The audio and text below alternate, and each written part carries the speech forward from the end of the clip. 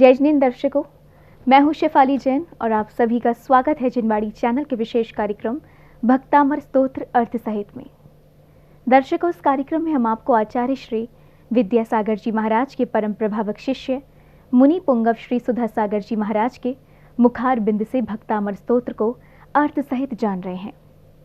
तो आइए इसी श्रृंखला में जानते हैं कि आज किस काव्य पाठ का महत्व मुनिवर हमें बताएंगे। हमेशा गुणों की पूजा होना चाहिए, नाम की पूजा नहीं। नाम की यदि पूजा हो जाए तो बहुत अनर्थ हो जाएगा। इसलिए हमें नाम वाले भगवान नहीं बनना है, हमें गुण वाले भगवान बनना है।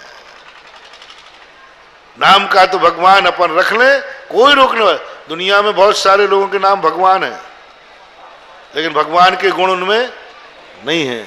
इसलिए ये कभी मत कर सोचना कि जैन दर्शन में अन्य भगवानों की बुराई की, नहीं, किसी की बुराई नहीं है ही नहीं।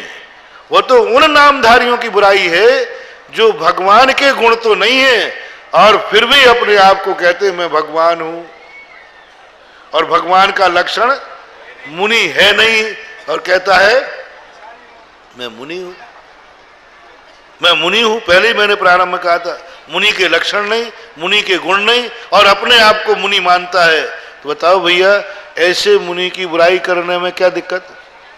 यदि मुनि है और फिर मुनि नहीं माने, जिसमें भगवान बनने के गुण हैं, उनको भगवान कहने में कोई आपत्ति नहीं है। लेकिन जो भगवान है ही नहीं, गुण नहीं है, ऐसे झूठे नाम रख लेते हैं। बड़े आदमियों के दुनिया नाम रखे, छोटे बड़े भेष में दुनिया दुनिया को लूटे। जितने डाकू हैं ना, वो कोई इज्जतदार भेष में ही लूटते हैं। सफेद पोल, पुलिस की ड्रेस में, साधु की ड्रेस में। तो ऐसे जो पाखंडी हैं कि साधु के भेष है और अंदर परिणाम डाका का है। बाहर से भेष तो साधु का है, लेकिन अंदर परिणाम डाकू के हैं। बाहर से भेष तो बहुत अच्छा बनाए हैं पुलिस रक्षक का, और अंदर भाव करे हैं लूटने का, अंदर भाव लूटने का। भेष तो बनाए हैं धर्मात्मा का और अंदर पापों से भरे हैं। ऐसे व्यक्तियों के लिए सारा जगत निंदा करता है। बोलो भैया, आप ही बताओ, सब बताओ। बाहर से तो साधु है और अंदर से डाकू है, तो बताओ क्या वो साधुता को पा पाएगा? नहीं। तो ऐसे जो भगवानों के नाम रख लेते हैं और गुण बिल्कुल भी नहीं होते हैं, इनके लिए नैवम तथा हरिहरादिषु नायकेषु, ये सब नामधारियों में नहीं है। तेजा स्फुरन मणिषु, ठीक भी है। गुणवान व्यक्ति में जो मणि है, ओरिजिनल मणि जो है, उसकी आभा जितनी होती है। नैवम तु कांच सकले किरणा कुलेपी, क्या कांच सकल यानी टुकड़ा। क्योंकि यहाँ कौन सा सा है? शक्कर वाला, और एक सकल वाला होता है। सकल, सकल वांग में आया था ना वहां, तो इन दोनों में अंतर है। यदि सभी सा एक से नहीं है, सरोते वाले का सा लिखा तो उसका अर्थ संपूर्ण, और शक्कर वाला सा लिखा तो उसका अर्थ टुकड़ा। नेवरम हरिहरा दयैव दृष्टा,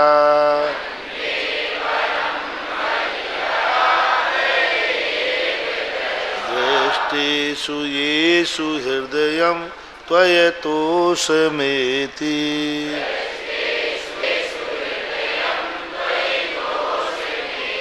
किं वीक्षतेन भवता भुवि नान्यः कश्चिन् मनो हरति नाथ भवान्तरेऽपि। किं वीक्षतेन भवता भुवि येन नान्यः।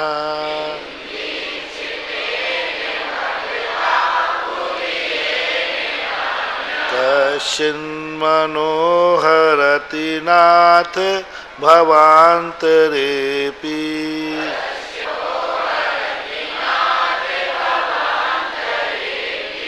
मन्यवरम, मेरा मानना है कि मन्यवरम, देखो एक उक्ति आती है, जो संसार के सब जगह धोखा खा जाए, फिर उसको कोई ठग नहीं पाता। जो बहुत बार ठगा चुका हो उसको ठगने में थोड़ी, क्योंकि वो पहले से सावधान, और जो कहीं नहीं ठगा गया हो वो ठगा जाता है। तो आज पूज्यवर मानतुंग आचार्य कहते हैं, महाराज मैं दुनिया में घूमा, रागी देशियों को, दुनिया को पूजा, मैंने डाकुओं को भी साधु के भेष में साधु जैसा पूजा, तो मैंने ये अच्छे किया है। मानतुंग आचार्य कलाकार तो थे, तुम हमें कलाकार कहते हो, हमारे गुरुजी सबसे बड़े कलाकार हैं। तुम कहते हो ना हमें बार बार, महाराज आप तो जो कहलवाओ हाँ कहलवा लेते हो, चित्त भी मेरा, पट्ट भी मेरा, कलदार मेरे। तो महाराज आप तो, हम तो क्या यही देखो, अब इतनी गलती करे आए, संसार में ठगे गए, ना रागी देशी को समझा कि भगवान का लक्षण क्या है, ना राग देखा, ना द्वेष देखा, ना कसाय देखा, ये भी नहीं देखा कि महाराज है कि नहीं, शराब पी रहे हैं तो भी पिछी रखी है कि नहीं। अपन तो पिछी कमंडल वाले तुमको, हमने तो पिछी कमंडल देखा, नमस्कार कर रहे, क्या कर रहे थे वो, पी तो रहे थे शराब, खा तो रहे थे गुटखा, क्या कर रहे थे वो, चिलम डटाए हुए थे, गांजा पी रहे थे, गंजड़े थे, भंगड़े थे, शराबी थे, सब थे। मैंने तो ये कुछ भी नहीं देखा, मैं तो पिछी कमंडल वाले तुमको, मैंने साधु का भेष देखा और नमस्कार कर लिया और सब कुछ हो गया, लुट गए वे। कितने साधु तुम्हें लूट ले जाते हैं और तुम लुटते जा रहे हो। हम तुम्हें डांटते हैं कि इन ताबीजों, गंडा ताबीज में मत लुटा करो रे। कोई तुम्हें ताबीज दे देता महाराज और 50 रुपया ले लेता है, लक्ष्मी यंत्र के। किस यंत्र के बताओ, यंत्र लक्ष्मी है और उसके 50 रुपया, और 50 रुपया तुम दे रहे। तुम ललितपुर में तो हर माल बिकता है, सब माल, यहां कोई माल खाली जाते ही नहीं। कितने ही पढ़ा लिखा के जाओ, मैं पहले पढ़ा के गए, हमारे 2-4 साल बाद कोई आया, वो नारियल पढ़ के दिया, मर गए लोग, ले गए, और अभी हमारे पास वापस आ रहे, 2-4 नारियल आ चुके हैं। मैंने क्यों वापस कर रहे हो, हमारा जब से रखो तभी से बनता जा। हाँ, वो कलश का सुनाया था ना हमने एक बार, एक साधु आए और हमारा पिछी कमंडल थे, जैनी साधु थे, और बस सबके यहाँ कलश रखवा दिए कि ये रख लो, 1.25 लाख रुपया ले गए। और जिस दिन से रखा उसी दिन से उसमें हमने देखा कलश में क्या क्या गंदे मंत्र लिखे थे। पारा रखा था, बताओ, पारा कभी मांगलिक नहीं होता। नींव में इसलिए रखा जाता है भूकंप आदि, बिजली आदि गिरने के कारण से, और उसका कोई मतलब नहीं, पारा रख दिया। जो शिलान्यास की चीजें थी वो, और तुम्हें दे गए, तुमने रख लिया। पंचकणक का मंगल कलश ले जाओ, महान मांगलिक है, लेकिन तुम्हारे नाम से मंगल कलश कहां से आ गया। हमने तो कहीं नहीं पढ़ा कि व्यक्ति के नाम का भी मंगल कलश होता है। हमने तो पढ़ा है भगवान के नाम का, भगवान के नाम का, विधान के नाम का, सबके नाम का। यहां तो व्यक्ति के नाम का मंगल, ये फलाने व्यक्ति का मंगल कलश है। किसके नाम से बैठा लूं मंगल कलश, दद्दा जी के, पापा जी के, पोता जी के? हाँ, पूछते हैं वो किसके नाम से बैठा लूं, समझ लेना बंटा झार होने वाला है। मात्र कलश पंच परमेष्टि के नाम का होता है। ले कोई भी जाए, नाम किसका है, और खूब ध्यान रखना, सावधान रहना, लुट जाओगे। हैं, ये सब बंगाली जादू हैं। अब बताओ भैया, जब लक्ष्मी यंत्र है, इसको दुकान पर रखने ना, खूब माला माल हो जाएगा, दूसरे की तिजोरी तुम्हारे पास आ जाएगी। अरे जब लक्ष्मी यंत्र में इतना चमत्कार है तो तुम लक्ष्मी में, तुम्हारे महाराज के पास तो इतने सारे रखे हैं, फिर 50 रुपया क्यों ले रहे, फिर 50 रुपया क्यों ले रहे हैं लक्ष्मी यंत्र? वो ऐसे ही है बंगाली, बंगाली जादू देखा आपने, वो कान के यहाँ डिब्बा लगाता और पैसे आ जाते, पीछे लगाता पैंट के यहाँ और डिब्बा आ जाता। देखे हो तुमने, देखे क्या? मुझे तो याद है, मैंने देखा है एक बार। और वो पैसा, और बिल्कुल ऐसे फेंकता पैसा, गजब पैसे बनाने की, यूं किया नहीं वो पैसा। आप देखना पैसा बन गया, अरे गजब गजब, पैसे बना के जानता। आप देखना अब खेल खत्म हो गया, पेट, सवाल पेट का है, चार आना, चार आना। अरे भला आदमी जब रुपया बना के जानता है तो, और नहीं, ये जितने पाखंडी साधु तुम्हें ये मंत्र तंत्र देते हैं, ये सब बंगाली जादू के समान है। ठगे मत जाना, बंगाली जादू पेवर शुद्ध बंगाली जादू है।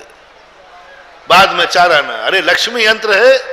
तो एक सूरत में महाराज ने कहा, एक हमारे भक्त रहते तो सब जगह हो गए, उन्होंने कहा देखो ये मंत्र ले जाओ, एक कलश रख लो, 1 लाख रुपया में 1 करोड़ की प्रॉफिट होगी। तो उन्होंने कहा महाराज आप ही रख लो, जब 1 करोड़ हो जाए तो 1 करोड़ काट के 99 लाख हमें दे देना।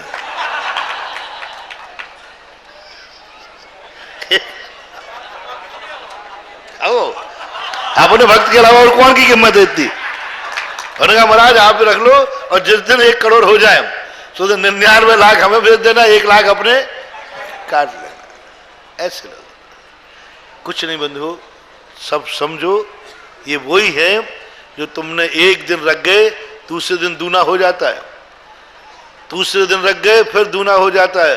तुमने सोची बार बार क्या रखें, आज पूरी तिजोरी रख गए, बस उसी दिन। ऐसे केस होते हैं कि नहीं होते? नहीं होते, बहुत होते हैं। अब हम तुम्हें डांटते हैं, ऐसा क्यों करते हो, देखो इतना समझाया, तो तुम एक कला सीख लो मुझे जवाब देने की। जब मैं तुम्हें खूब डांटूं, बुराई करूं, तो तुम कहो महाराज जी डांटो मत, मैंने जो किया है अच्छे किया है, बुरा नहीं किया, बुरा नहीं किया। यदि मैं इन साधुओं के चक्कर में नहीं पड़ता तो फिर आपको देखने के बाद फिर मैं यहां स्थिर नहीं हो जाता। उनकी बदौलत है जो अब मैं आपको नहीं छोड़ूंगा। यदि पहले मैं आपको अपना लेता तो मेरे मन में बार बार भाव आता, शायद इससे अच्छा, शायद इससे अच्छा।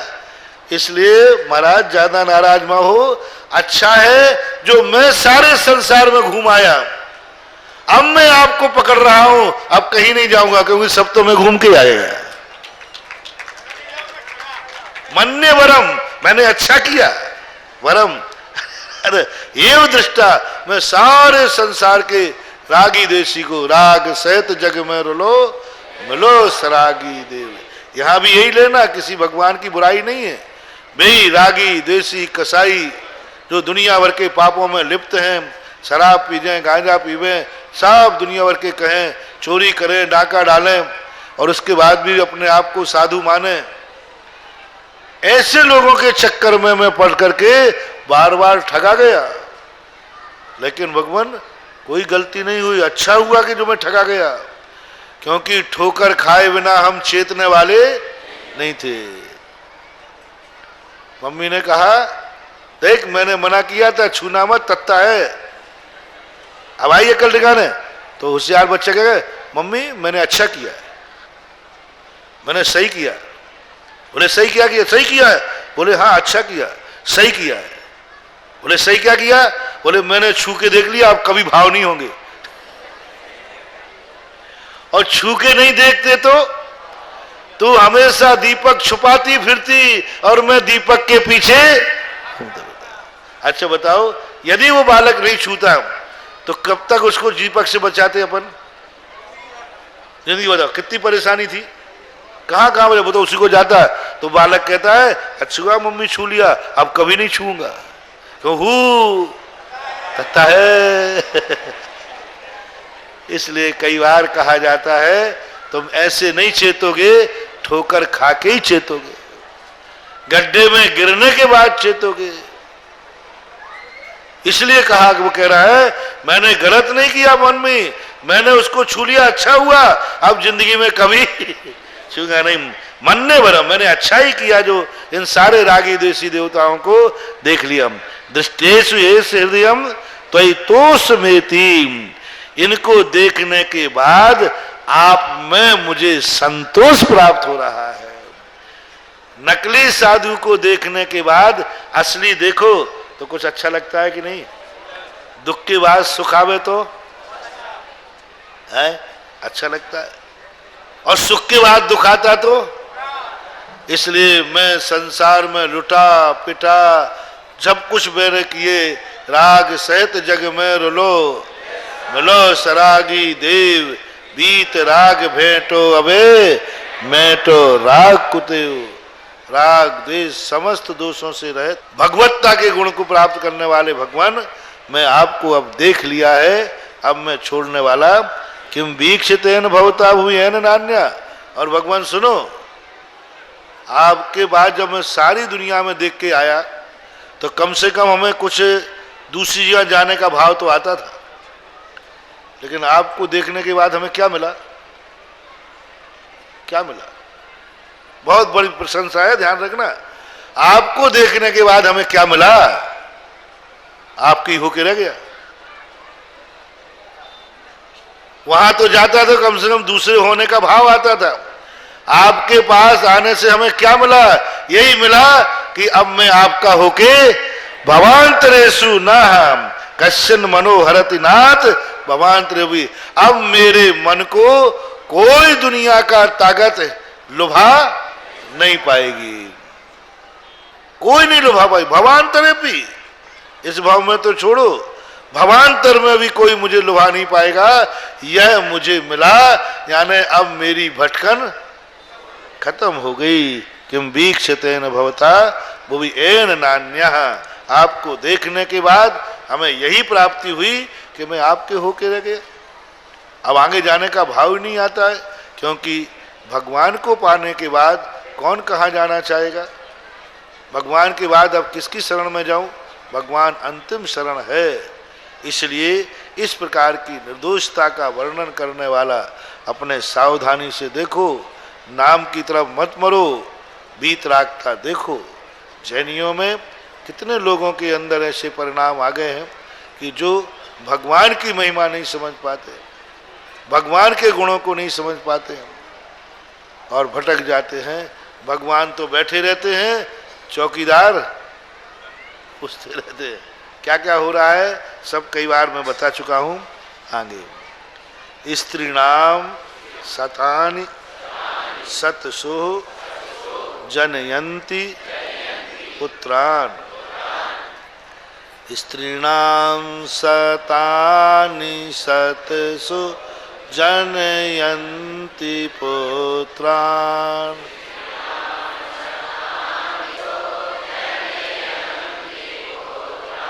नान्या सुतम तदुपमं जननी प्रसूता। नान्या सुतम तदुपमं जननी प्रसूता।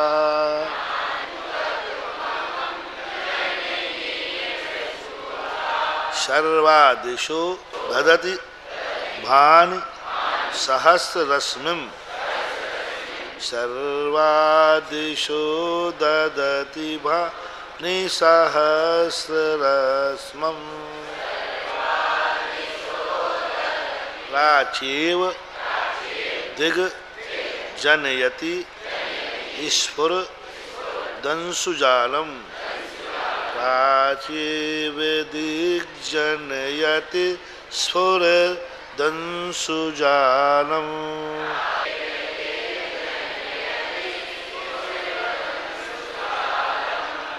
बहुत महत्वपूर्ण पद है आप गृहस्थों के लिए।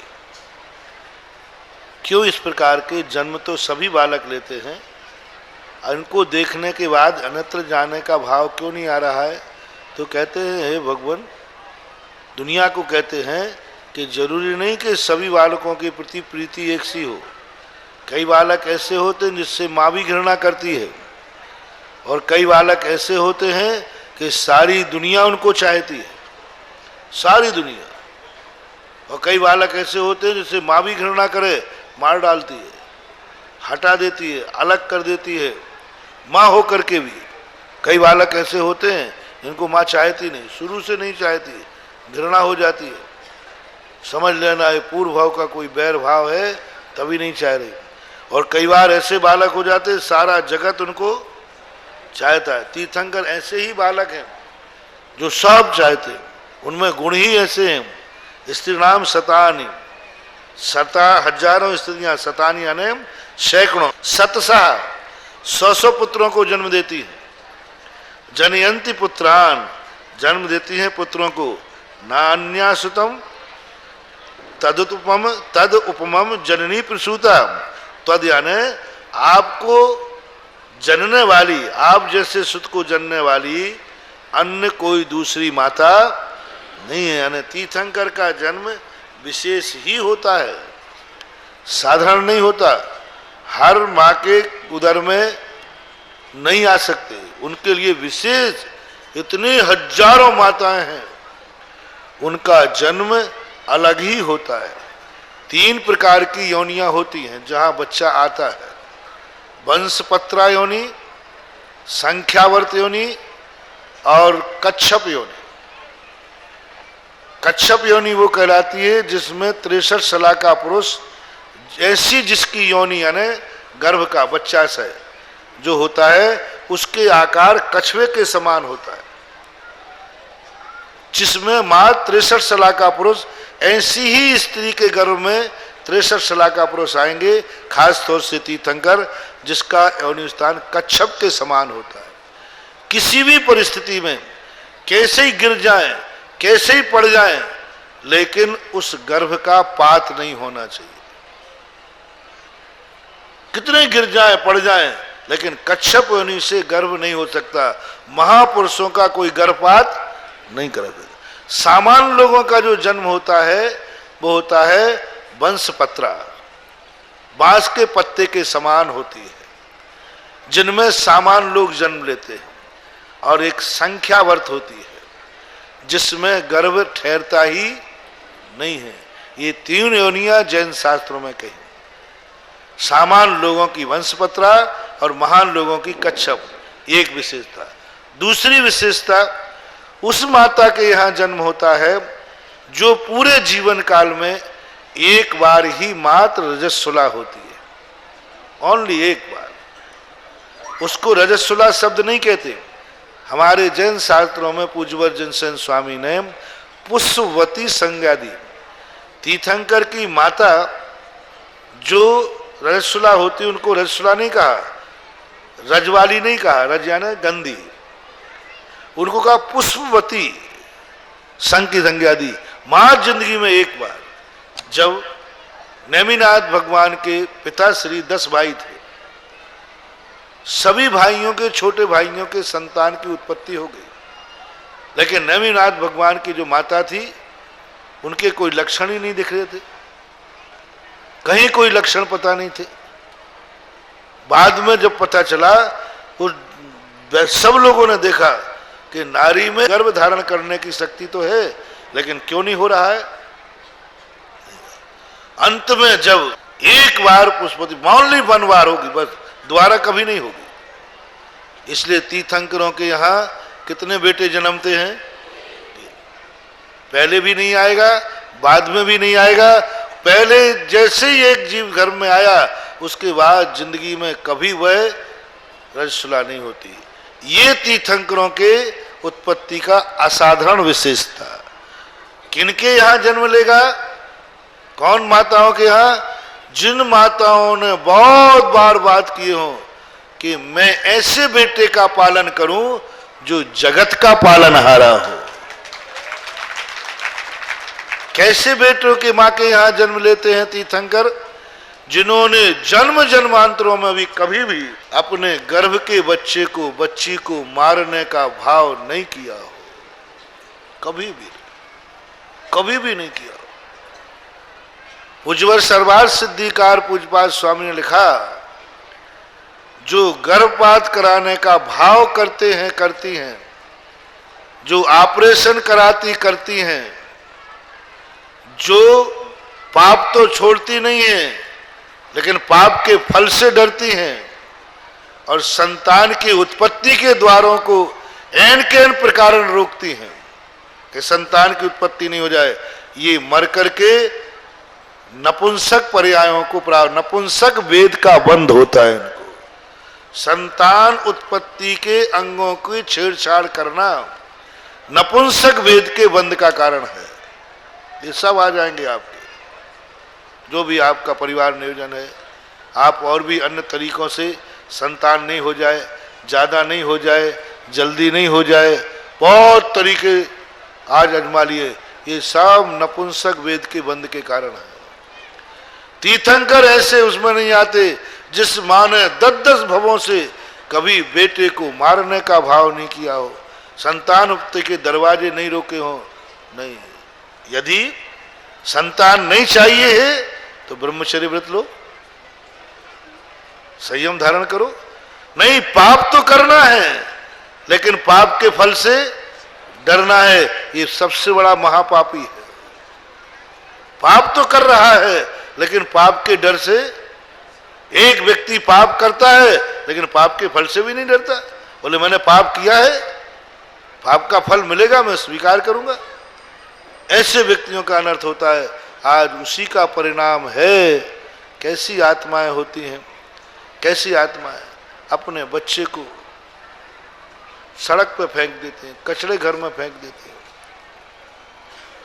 बदनामी के डर के कारण कुंवारे अवस्था में संपर्क हो जाते हैं और बच्चों को उसकी क्या दुर्दशा करते हैं। ऐसी आत्माएं तीर्थंकर की माँ तो बनने का सवाल ही नहीं, वे 56 कुमारियां भी नहीं बन सकेंगे। और कितना अनर्थ होता है, गर्भपात के दिन बताया। देखो इसके, मैं तो हमेशा कहा करता हूँ आप लोगों से, आप लोग 2 कल्याणक जरूर देखा करो। दीक्षा तो तुम्हें नहीं लेना है तो कोई बात नहीं, गर्भ कल्याणक हर नारी को, हर पुरुष को देखना चाहिए। ये देखना चाहिए कि संतान को पाने के लिए कितना प्रयास, कितनी तैयारी, कितनी सावधानी करती जाती है। और कोई छोटा मोटा बालक नहीं आ रहा है। तीर्थंकर जैसा जन्म जन्म का संस्कारित बालक, जिसके बिगड़ने की कोई गुंजाइश है ही नहीं, वो तो जन्म जन्म के धर्मात्मा है। फिर भी देखो 56 कुमारियां आ जाती हैं, पूरी अयोध्या नगरी को पापों से मुक्त करते हैं, वातावरण शुद्ध करते हैं, अयोध्या के महल को शुद्ध करते हैं।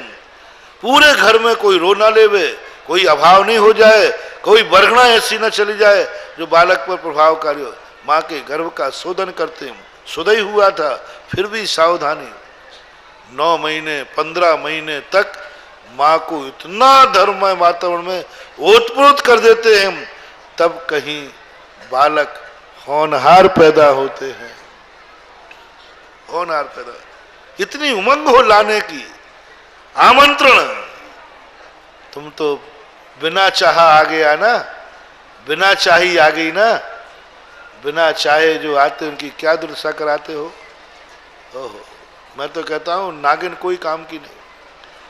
नागिन कोई बड़ी पापन नहीं है। नागिन बड़ी पापन नहीं है। दुनिया में सबसे निकृष्ट माँ है तो नागिन। क्यों नागिन है? क्योंकि जब वो बच्चों को जन्म देती है, उसको इतनी भूख लगती है कि वो अपने बच्चे ही खा जाती है, बच्चों को खा जाती है, इतनी भूख लगती है। कम से कम वो बच्चे को तो भूख मिटाने के लिए तो खाया।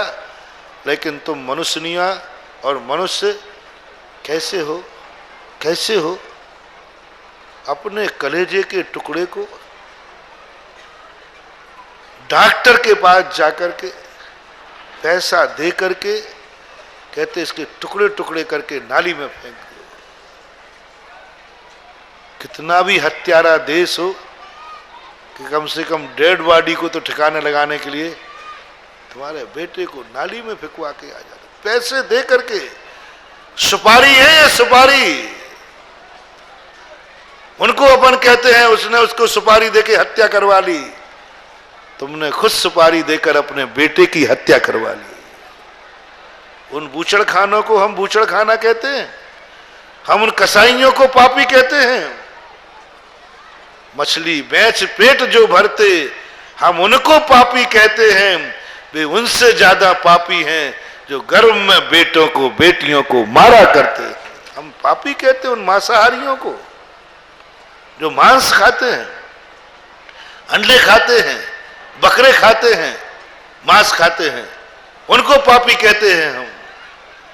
वे कम से कम पशुओं को मार रहे हैं और कम से कम पेट में खा तो रहे हैं। तुम कितने बड़े पापी हो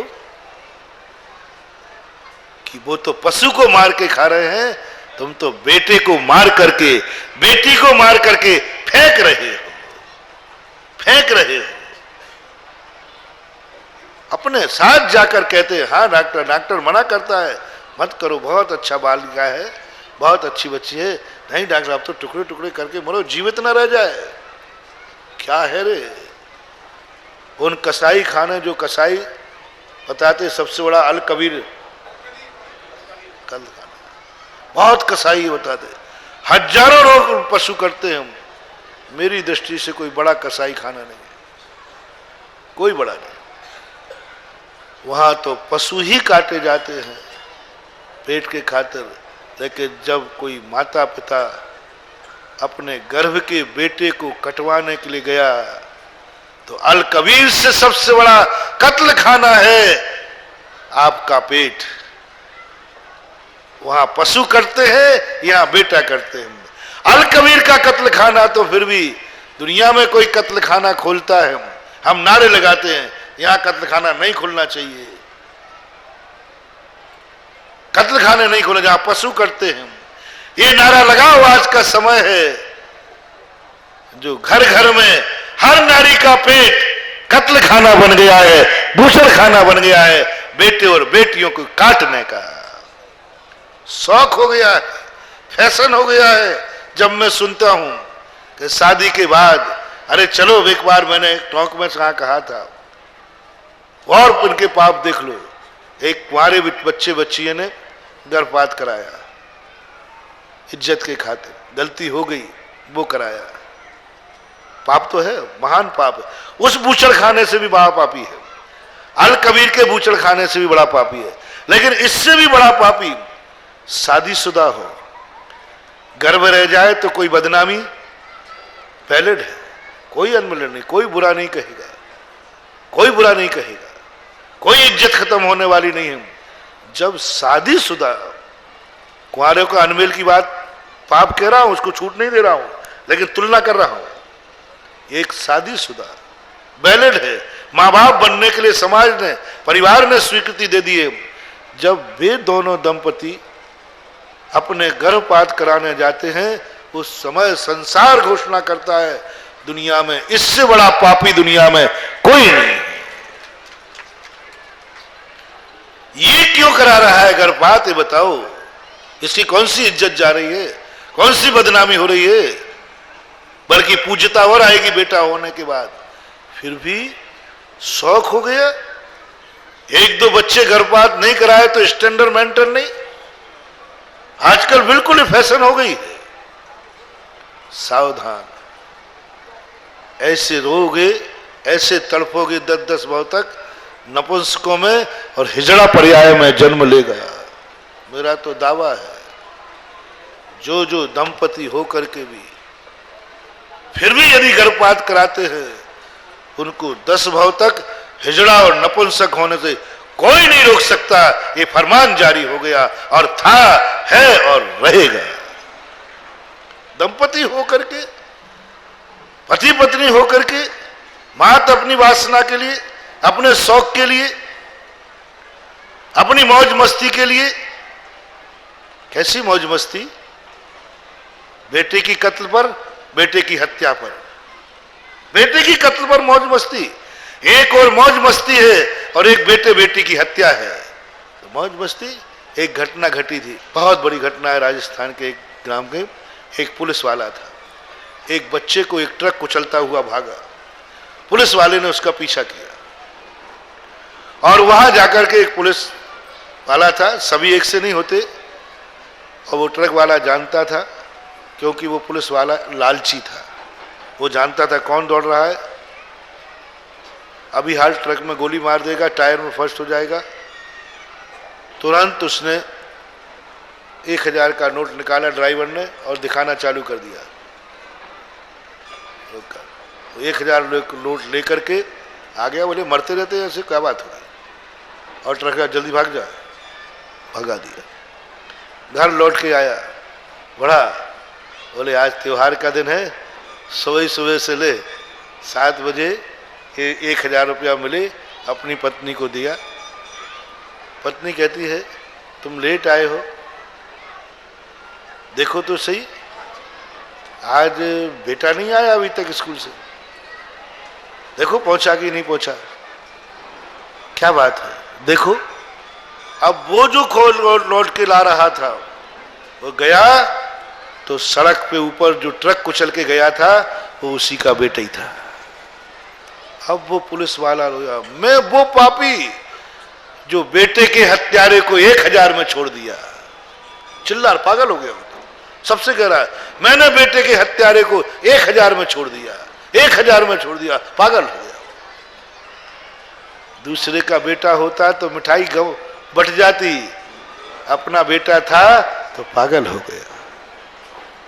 यही स्थिति तुम्हारी बनेगी कि तुम दंपति होकर के गर्भपात कराना नहीं बंदियो। इतना अनर्थ मत करो। हजारों लाखों करोड़ों पशु बूचड़ खाने में कट रहे हैं, उनका पाप एक तरफ रख देना। यदि मुझे थोड़ा भी मानते हो, मेरी वाणी में थोड़ी सत्यता मानते हो, जिनवाणी की साक्षी में बोल रहा हूं, अभिनंदनाथ के दरवाजे बोल रहा हूं। एक कसाई ने जिंदगी भर पशु काटे बूचड़ खाने में, उनका पाप एक तरफ रख दीजिए। और एक पति पत्नी ने एक बेटे का गर्भपात कराया है, इसका पाप एक तरफ रख दीजिए, ये अनंत गुणा ज्यादा ही होगा। इसलिए आप लोग अपने बेटों और बेटियों से कहना शादी के बाद, बेटा गर्भपात मत कराना, जो आएगा उसे पुरस्कार मानना, भगवान की सौगात मानना, अपन पालेंगे, रूखा सूखा खाओगे लगे। मुसलमान कितने बड़े तुम मांसाहारी कहो, लेकिन मुसलमान सबसे बड़ा गुण उसमें है, सबसे बड़ा गुण उसमें है, कितने पैदा हो जाए लेकिन वे अपने बेटे की हत्या नहीं करते, गर्भपात नहीं कराते, परिवार नियोजन नहीं कराते। सही है ना? परिवार नियोजन कराते क्या? हम हिंदू होकर, हम जैन होकर, हम भारतीय होकर के इतने कसाई। बताओ सबसे ज्यादा कत्ल खाने कौन खोलता है? मुसलमान को। कसाई बोलते, पशु करते, मांसाहारी, सारे ज्यादातर मांसाहारी, उनको तुम पापी कहते हो, उनको तुम कसाई कहते हो। नहीं बंधुओं, उनको कसाई कहने के पहले सबसे बड़ा कसाई वो है, मुसलमान से भी गया बीता कसाई वो है। बूचड़ खाने में पशु काटने वाले से कसाई बड़ा वो है, मांसाहार खाने वालों से कसाई बड़ा वो है, जो दंपति होकर अपने बेटों का गर्भपात कराता है, सर्वघात कराता है। वो कम से कम मुसलमान अपने बेटों को तो कभी नहीं कटवाता। मुसलमान दंपति अपने बेटों का गर्भपात नहीं कराते, वो कहते ठीक है। और गरीबी है उनके यहाँ, खाने को नहीं है, वो कहते नहीं, जिसने पेट दिया वो रोटी भी देगा, जिसने जीवन दिया वो कफन भी देगा। अल्लाह ने जो दिया है उस पुरस्कार को नहीं ठुकराएंगे। आपने देखा कितने हो जाते हैं, कितने हो जाते, लादेन के कितने थे? अभी आया था ना पेपर में, बहुत। कोई बात, इसको दुर्गुण मत मानो, तुम इसको दुर्गुण मत मानो। ये हमारी इस पूरे सृष्टि की मां का सबसे बड़ा सम्मान है, सबसे बड़ा सम्मान है कि मैं अपने बेटे को, आए हुए को मारेंगे नहीं, उसका सम्मान करेंगे। दुनिया को भले सम्मान करो या ना करो, बेटा और बेटी का मैं अपमान नहीं करेंगे, उसको तो स्वीकार करेंगे। ये गुण मुसलमानों में है। बेटी बेटी हो जाए तो, बेटा बेटा हो जाए तो, कितना ही हो जाए तो, ना वे परिवार नियोजन कराते हैं और ना गर्भपात कराते हैं। और आप लोग क्या हो गया, सबसे ज्यादा गर्भपात यदि किसी जाति में होते हैं तो उसका नाम है जैन जाति। पानी छान कर पीते हो, 16 का खाते हो, आलू नहीं खाओगे, बेटे को खा जाओगे, चींटी नहीं मारोगे, बेटी की हत्या करवा डालोगे। चींटी नहीं मारता है जैन साहब, और बेटी आ जाए तो टुकड़े करके फेंकवा देता है। ध्यान रखना, हमारा ऐसा धर्म इतना पाखंडी नहीं है। ऐसे हत्यारों के लिए कहीं भी माफीनामा नहीं है, कहीं भी माफीनामा नहीं है। ध्यान रखना, बहुत बड़ी आवाज मैंने उठाई है, बहुत बड़ी बात कही है। कितने पाखंड है, तुम अपने आप को जैन व्रत करते हो, 14 करोगे, एकासन करोगे, शुद्ध खाओगे, भोजन खाओगे, सब करोगे, लेकिन एक बार भी गर्भपात करा लिया तो उसका पाप का अंत नहीं है। मैं करोड़ों जिह्वाएं लगा दूं तो भी उस निंदा की, उस पापों की मैं पूर्ण कहने में समर्थ नहीं। आप ही तो बस इतनी कर लो, बेटे को बाप अपने सामने टुकड़े टुकड़े करके फेंकवा रहा है, आप बताओ क्या सजा दूं? एक बाप अपने बेटे को सुपारी देकर, डॉक्टर की फीस देकर टुकड़े टुकड़े करके फेंकवा रहा है सामने, और बाप खड़ा है, फेंको, मैं कह रहा हूं, काटो इसके टुकड़े टुकड़े। बताओ ऐसे पाप को कहां स्थान है? आप लोग जो फैसला करें, आपका फैसला आपकी अदालत में। जल्दी बोलो, है कहां भाई बोलो? स्वर्ग भेज दूं? मोक्ष कहां जाएगा? तो सोच लो अब कहां जाना है तुम्हें। नाम बोलो, नपुंसक वेद का होता है। इसलिए इस श्लोक की साक्षी में आज सारी माताएं ये नियम लें, सारी शादीशुदा ये नियम लें कम से कम, कि मैं शादी होने के बाद जिंदगी में कभी गर्भपात नहीं कराएंगे। ये घर घर के बूचड़खाने बंद करो। उन बूचड़खानों का तो पेपर में पता चल जाता है, वे बूचड़खाने तो आउट हो जाते हैं। ये तो घर घर के ऐसे गुप्त बूचड़खाने हैं जिन्हें मियां बीवी के अलावा ससुर को भी पता नहीं है। ये गुप्त बूचड़खाने, अनवेलेड बूचड़खाने। वे बूचड़खाने तो मान्यता लेकर खुलते हैं कि नहीं? सरकार मान्यता देती, पेपर में आता सब, लेकिन ये बूचड़खाना अनवेलेड, बिना मान्यता के, किसी को पता ही नहीं, और धड़ल्ले से कट रहे हैं बेटे सबसे ज्यादा जैनियों में। प्रमाण क्या है? सबसे ज्यादा बेटे और बेटियों का जो बैलेंस बिगड़ा है जैनियों में। 885 825, 1000 पर 825 बेटियां हैं, और सबसे बड़ी जनसंख्या देख लो, इसका प्रतीक है। सबसे ज्यादा परिवार नियोजन का, गर्भपात का प्रभाव पड़ा कि सारी दुनिया की हर जाति 1947 के बाद बढ़ी है। 1900 हर जाति का परसेंटेज बढ़ा है, पेपर में पूरा बढ़ा है, और जैन जाति का घटा है। हम 1947 में भारत के अंदर 1% थे, आज हम 0.45% रह गए। 45%, 45%। क्या मजाल है? क्या कारण है? कोई कारण नहीं। पढ़े लिखे होने से, पैसा हाथ में होने से, अभी लो 5,000 फेंकूंगा, 10,000 फेंकूंगा, 50,000 फेंकूंगा। अभी यार कौन कहता है कि लिंग परीक्षण नहीं होता? पैसे के दम पे सब होता है। 1 लाख रुपया देंगे, 2 नंबर में लिंग परीक्षण कराएंगे, बेटी होगी तो कटवा के फेंकवा देंगे। इतनी निर्दयता से तो कसाई भी नहीं काटता रे। मैंने कसाईयों को भी एक फिल्म देखी है, उसमें भी कसाई काटता है, तो इतनी निर्दयता से नहीं काटता जितनी निर्दयता से तुम अपने पेट में अपनी बेटी और बेटे को कटवाते हो।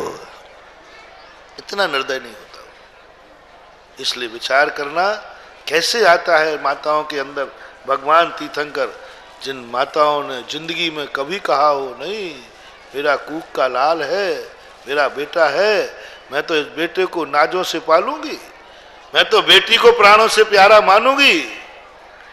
हर माँ जब, और मैं तो ये कहता हूं कि हर बेटी, आज रविवार भी है, 2-5 मिनट ले लूं, आज हर माँ नारी जाति की दुश्मन है। मैंने प्रैक्टिकल किया है, सो कह रहा हूं। पुरुष को मैं क्लीन चिट नहीं दे रहा हूं। सबसे ज्यादा नारी जाति से घृणा करती है। सच बताओ, यदि तुम्हारे यहाँ एक कन्या हुई, दूसरी कन्या हुई, तो सबसे पहले कर्म कौन ठोकती है? जा गई। माँ, सास बाद में, सास बाद में, सास को भी ला रहा हूं, सास को भी ला रहा हूं, क्योंकि सास भी तो स्त्री है, आज की बहू कल की सास। सुने, पहले नंबर तो बोले, पर दूसरे नंबर पर होती है सास। सास भी स्त्री है कि पुरुष? नहीं, ललितपुर में पुरुष को सास कहते हो, वही स्त्री है ना, वो भी स्त्री है। कर्म ठोकती है सबसे पहले कर्म ठोकी। कहाँ की कुलटन आ गई, कहाँ की डाकन आ गई, मौनिया पैदा कर रही। अब बताओ, जैसे उसके हाथ में हो। सासुएं जब बहुओं को बेटियों के बल पर डांटती हैं, बे सासुएं सुन लेना कान खोल करके, एक दिन तुम्हें भी ऐसी हिजड़ा पर्याय में पैदा होना है। सारी सासुएं, जिस सासू ने अपनी बहू के यहाँ बेटियां पैदा होने पर उसको उल्हाना दिया, टहना दिया, वे सासुएं सुन लें, कितनी चौदस कर लें, कितनी पूजा कर लें, कितने भक्तामर पाठ पढ़ लें, कितने महाराज को हार दे लें, तो भी उनकी दुर्गति होगी। वे हिजड़ा बने बिना नहीं रहेंगी। कौन सासुएं? जो अपनी बहू को बेटियां पैदा होने पर उल्हाना देती है। ससुर नहीं देता इतना ज्यादा, पति तो फिर भी कह देगा कोई बात नहीं, जो मिल गया। ससुर तो फिर भी कह देगा कोई बात नहीं, थोड़ा तो लगेगा, लेकिन उल्हाना ज्यादा। लेकिन सासुएं तो उसके प्राण लेती हैं। जब भी थोड़े से कोई बात हुई, बस जन्म दिए छोरियां, ऐसे बुरे भाव करती है। दूसरा प्रैक्टिकल मैंने किया, बता दूं कैसा किया? हमारे पास जन्मदिन को लाते हो आप लोग, 100 में से 90 बच्चों का जन्मदिन पर आप पकड़, महाराज जी आशीर्वाद दो, इसका जन्मदिन है। महाराज जी शांति धारा कराऊंगा आज। बोले क्यों? माताएं कहती हैं महाराज जी शांति धारा करवाना है, बेटे का जन्मदिन है। बेटियों के जन्मदिन पर कोई शांति धारा नहीं कराता। बेटियों के जन्मदिन पर कोई भी मेरे पास आशीर्वाद देने नहीं लाता। बेटियों के जन्म पर कोई बाजे नहीं बजवाता। बेटियों के जन्मदिन पर कोई महोत्सव नहीं मनाता। क्यों? बेटी अभिशाप है। बोलो पुरुषों, महिलाओं बोलो, यदि बेटा होगा, 2 बेटे जिसके पास हैं, वो ये नहीं कहती कि काश एक बेटी हो जाता, लेकिन जो बेटियां जिसके पास हैं वो जरूर रोती है कि एक दूसरी बेटी को तो इतनी कोसती है, ये आ गई, बेटा बन के नहीं आई, अब क्या करे? ऑपरेशन करा लो, बेटा बना लो, उसके हाथ में हो। ऐसे, और जो बेटियों से घृणा करते हैं, जिन जिन के यहाँ बेटियां होती हैं, पूर्व भाव ने उसने सासू या बहू बन करके बेटी के जन्म पर घृणा की थी। और मरो। हमारा सिद्धांत कैसा है? रो रहा है, बोले एक और दूंगा, चुप होता है कि नहीं? जिन जिन के बेटियां होती हैं ना, उन्होंने पूर्व भाव में कभी ऐसा बेटियों के बदले घृणा की होगी, कभी सासू बनकर उल्हाना दिया होगा। सुनो सासू, तुम अपनी बहू को यदि बेटियों के बन पर उल्हाना दे रही हो, बेटियां बेटियां पैदा कर लिया, तो कर्म कहता है सासू, अब तू जब भी बेटी पैदा करेगी 10 भाव तक तू बेटियां बेटियां पैदा करेगी, क्योंकि उल्हाना है। जिससे तुम घृणा करोगे वो तुम्हारी जिंदगी में आएगा। आज के बाद उल्हाना नहीं देना। अपन जैन हैं, जब चींटी को बचाते हैं तो बेटी तो चींटी से बहुत बड़ी संगी पंचेंद्री है, उसको मारने का भाव, उल्हाना क्यों देना? दूसरे नंबर पर आप बाजे नहीं बजवाते। बताओ कितने लोगों ने अपने बेटों के जन्म दिवस पर ललितपुर में शांति धारा कराई? अभी तक के रिकॉर्ड में एक आध को छोड़कर आज तक किसी ने भी अपनी बेटी के जन्मदिन पर शांति धारा नहीं कराई। शायद चतुर्मास में किसी बेटी का जन्म नहीं होता होगा। ये भी मैं तो यही समझूंगा, चतुर्मास में किसी बेटी का एक नहीं आया, और 50 लोगों ने बेटों के जन्मदिन पे कराई। कितने बाजे बजवाते हो आप, क्या क्या करते हो बेटी के जन्मदिन पर? अरे ये नहीं बजाए तो नहीं बजाए, तुम्हारी इसलिए तुम्हारी ध्यान रखना, तुम्हारा शोषण हो रहा है, होगा, होता रहेगा, क्योंकि तुम अपनी जाति की दुश्मन हो। जो अपनी जाति का दुश्मन रहेगा उसको दुनिया में कोई नहीं बचा सकेगा। ये तुम्हें पैर की जूती समझते हैं, समझ रहे हैं और समझते रहेंगे, क्योंकि तुम जाति है। जिस घर की महिलाएं एक हो जाएं, मैं गारंटी देता हूं इन जोड़ियों के गुलाम की मजाल है कि आंख उठा दे किसी के ऊपर। यदि कोई नारी घर में पिट रही है और पुरुष के पीछे किसी नारी का हाथ है, बहू पिट रही है तो सासू का हाथ है, और सासू पिट रही है तो बहू, नारी का हाथ ना हो और पुरुष नारी को पीट देवे, ऐसा असंभव हो ही नहीं सकता। तुम घर की सारी नारियां एक हो जाओ, यदि ललितपुर का कोई पुरुष तुम्हारे ऊपर आंख उठा दे, गारंटी मैं लेता हूं। बहू पर कोई आंख उठाए बेटा, ऐ बेटे सावधान, तू पुरुष है मैं महिला हूं। सारी बहुएं सासू एक तो हो जाए, और जिस दिन सारी महिलाएं एक हो जाएंगी, ध्यान रखना देश में पार्लियामेंट में सारे विधायक और सांसद स्त्रियां होंगी। इनको 50% भी नहीं मिलने वाला, लेकिन तुम्हारी दर्शा इसलिए हो रही है कि तुम एक नहीं हो पा रही। एकता का शंखनाद करो, अपनी जाति के ऊपर अमंगल। यदि ये लड़के के जन्म पर बाजे बुलवाते हैं, तुम अर्धांगिनी हो, शादी के दिन अब एग्रीमेंट करो कि बेटा बजवाएगा तो तुम बाजे बजवाना, बेटा आएगा तो, और बेटी आएगी तो मैं बाजे बजवाऊंगी। बाजे लाओ।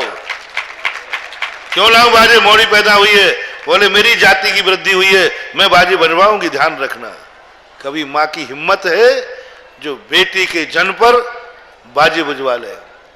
शांति धारा होगी, मेरी बेटी की जन्मदिन है। जब बेटे के जन्मदिन पर शांति धारा हो सकती है, तो बेटी के जन्मदिन पर क्यों?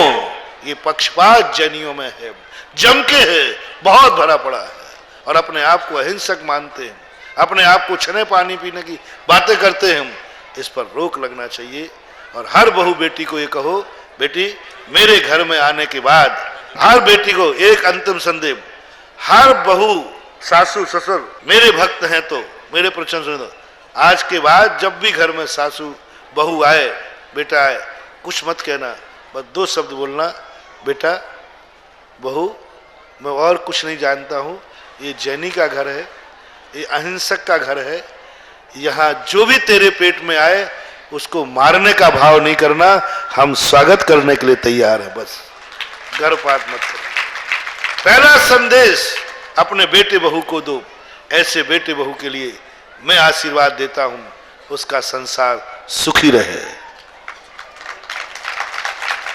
जो ये कह दे। इसी प्रकार बेटी से कहना, बेटी यदि तू मेरी कूख से जन्मी है तो जा कभी अपने कूख में आई हुई बेटी की हत्या मत करना। काश जो माताएं बेटी की हत्या करती हैं, उन्होंने कभी सोचा मेरी माँ यदि मेरी हत्या कर देती तो आज तुम प्रवचन सभा में बैठी होती? तुम भी तो बच्ची थी। जैसे तुम अपनी बेटी की हत्या करना चाहती हो, ऐसे तुम्हारी माँ भी तुम्हारी हत्या कर देती तो आज तुम्हें संसार नहीं देख पाती। तुम्हारी माँ यदि तुम्हारा अमंगल चाहती तो आज तुम मंगल स्वरूप के सामने नहीं बैठी होती। जैसी माँ ने तुम्हें जन्म दे के बड़ा किया है, ऐसी तुम्हारी कूख में आई हुई हर बच्ची, हर बच्चा आपके लिए ऐसा होना चाहिए। तब कहीं बाद इस श्लोक के संबंध में अपन कल फिर और चर्चा कर लेंगे। दर्शकों, हमने सुना कि भक्तामर स्तोत्र कितना गुणकारी है और इसका वाचन और स्मरण हमारे जीवन को कितना सफल बना सकता है। दर्शकों, आज के कार्यक्रम में बस इतना ही। अब मुझे दीजिए आज्ञा और आप देखते रहिए जिनवाड़ी चैनल। जय श्रीन्द्र।